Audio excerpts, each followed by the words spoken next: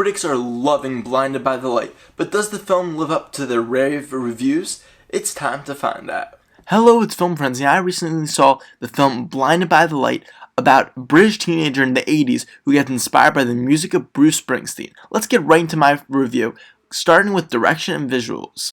I absolutely love the direction and visuals in this film. Like, they take the standard music biopic, but then just really add an extra, oomph to it. They add a little bit of style, and I love it. I mean, the most striking example I would say is that trailer shot where he's against the wall and all these papers are blowing in the wind, and then you see the lyrics of one of Bruce Springsteen's songs, I think it was Promised Land, just circle over him, and it's such a striking image, and it's so emotionally powerful. That cinematography is just wonderful. Just that alone, that sequence in the beginning of the film where it goes out in windy and when he first discovers Bruce Springsteen, it's exciting. As a huge Bruce Springsteen fan, it was amazing to see his lyrics brought to life. And my one small criticism with direction visuals is, which I'll talk about a bit later in some other categories, is that sometimes the film will go into slight cheesy territory and it feels like the visuals get a little too goofy, and sometimes it feels more like a music video than a film, but it's a very different type of movie than most, and it's more of an experience overall, especially when it steps into that, music video territory, but nevertheless, the visuals are very striking.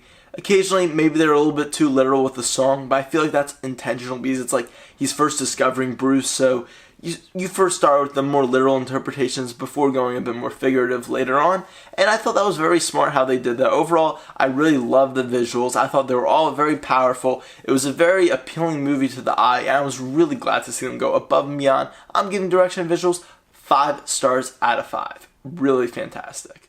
Now it's time to talk about acting and character development. I love the acting in Blinded by the Light, especially the lead actor that played Javed. Oh my god, he was just phenomenal, and he really carries this film. He is so believable, and literally in a couple minutes, you're completely invested in this character, and that makes the movie so emotionally resonating. It's phenomenal how well that character is written. His development throughout the story is fantastic. Yes, it is a bit predictable, but that's okay because it feels supernatural and it is a true story. So, I mean, what's true is true. You can't just change the facts. And I thought the actor was just fantastic. All the supporting actors were played wonderfully. The cast really, really did stand out. I love that so much. There were a couple side characters I thought could have gone a bit more fleshed out. Like, for example, his friend Matt, I felt like he was very developed at the beginning of the film, but then he just kind of dropped out for most of the story, and then he came back a little bit at the end, and it just felt a little bit awkward. It felt like they kind of spread themselves a bit too thin sometimes, because this movie can get a bit ambitious in terms of subplots and supporting characters, and there were some characters that I would have liked to see a bit more fleshed out, including his Sikh friend who introduces Javed to Bruce Springsteen's music. And yes, he was a great character. He was really fun to watch, but he didn't really have a ton of layers. And I would have loved to see a bit more of that, in addition to showing Matt a little bit more. And the girlfriend character, yes, she was good, but I felt like sometimes they just didn't balance out the story well enough in terms of what character gets what focus, and I thought that could harm a little bit of the character development of some of the side characters. But overall, Javed, phenomenal. His family, really well acted, really well developed. I really don't have much complaints. I'm giving this category a strong 4.5 out of 5. Finally, it's time to discuss plot, pacing, script, and theme, the various story elements. So, Blinded by the Light has a pretty Hollywood, pretty feel-good movie, typical story. And no, it's not remarkable by any means, and yes, it relies a lot on Bruce Springsteen's music, but I don't really see that as much of a complaint. And when the movie is so emotionally striking as it is, it's okay that it's a bit predictable. And yes, I knew where it was going the entire time. I knew how his character was going to develop. It's the standard theme about the mirage of Eastern and Western cultures that's also present in films like The Big Sick, where, an Asian character and his family is kind of, they're more about the group focus, the more family focus, how there's less of an individual voice, while it clashes with the Western culture when he lives in a different country. In The Big Sick, it was America, and this, it's England, and the Western culture is more about, individualization. And so it's very interesting to see that clash, and it's very realistic, even though it's used a ton in films, and maybe it's a bit overused. it's still real, and I think it was very genuine. I mean, it's a true story, like I previously said, so I think it really did resonate, and the themes, yeah, you know where it's going, how you need a balance of both in your life. You know what? That's okay. And yes, it's not going to be groundbreaking, and it's not like an absolutely just insanely amazing movie.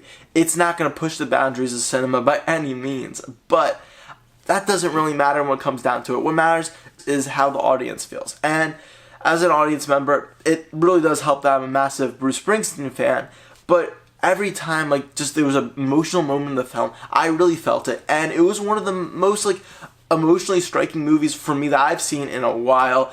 Like, it was really intense, and the comedy in it is great. It really takes you through, like, the ups and downs of life, it feels like, and maybe the plot isn't the most succinct at times, but it really feels like an experience of seeing this guy's life and how Bruce Springsteen changes it and how he kind of finds his own voice as a writer. And so I thought it offered something a little bit different, because even though, like, it's a more standard story, I thought that their take on it was a little bit different, and sometimes that's not the best thing, like when they just kind of divulge into almost like a guilty pleasure, kind of cheesy, like, music video vibe. Like, for example, they literally played the entire Born to Run. They did a montage for that. I've never seen them do, like, the entire song like that. That's a long song. It's, like, almost 5 minutes. And I was like, okay. Like, I enjoyed it, but I was a little confused. And sometimes when it goes a little bit more weird like that, sometimes it feels a little bit awkward and maybe not right.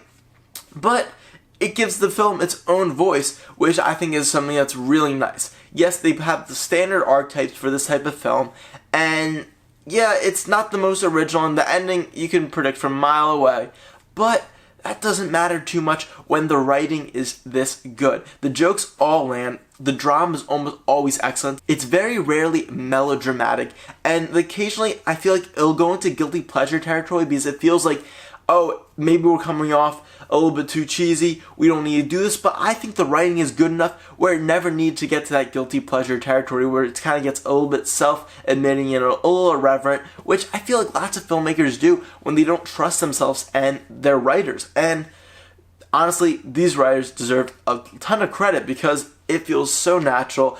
That's really helped a lot by the acting. But geez, this movie is really well written, and that helps it drive a pretty standard plot. So for plot, pacing, script, and theme, I'll be giving Blinded by the Light a 4 out of 5, mostly due to just the predictableness of the film and how it uses a lot of cliches. So that brings me to my overall opinion.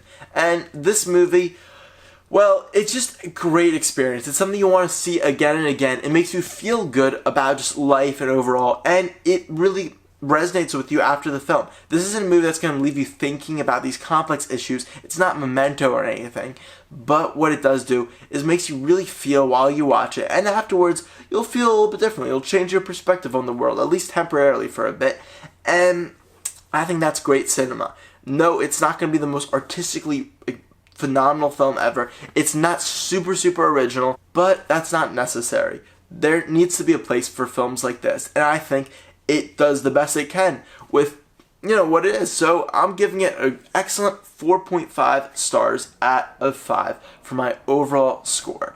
It is definitely one of my favorite films of the year. I would love to hear your opinions on the film in the comment section below. Highly recommend you guys go check it out in theaters. This is Film Frenzy. Hope you like and subscribe for more awesome movie content. I'll see you guys later.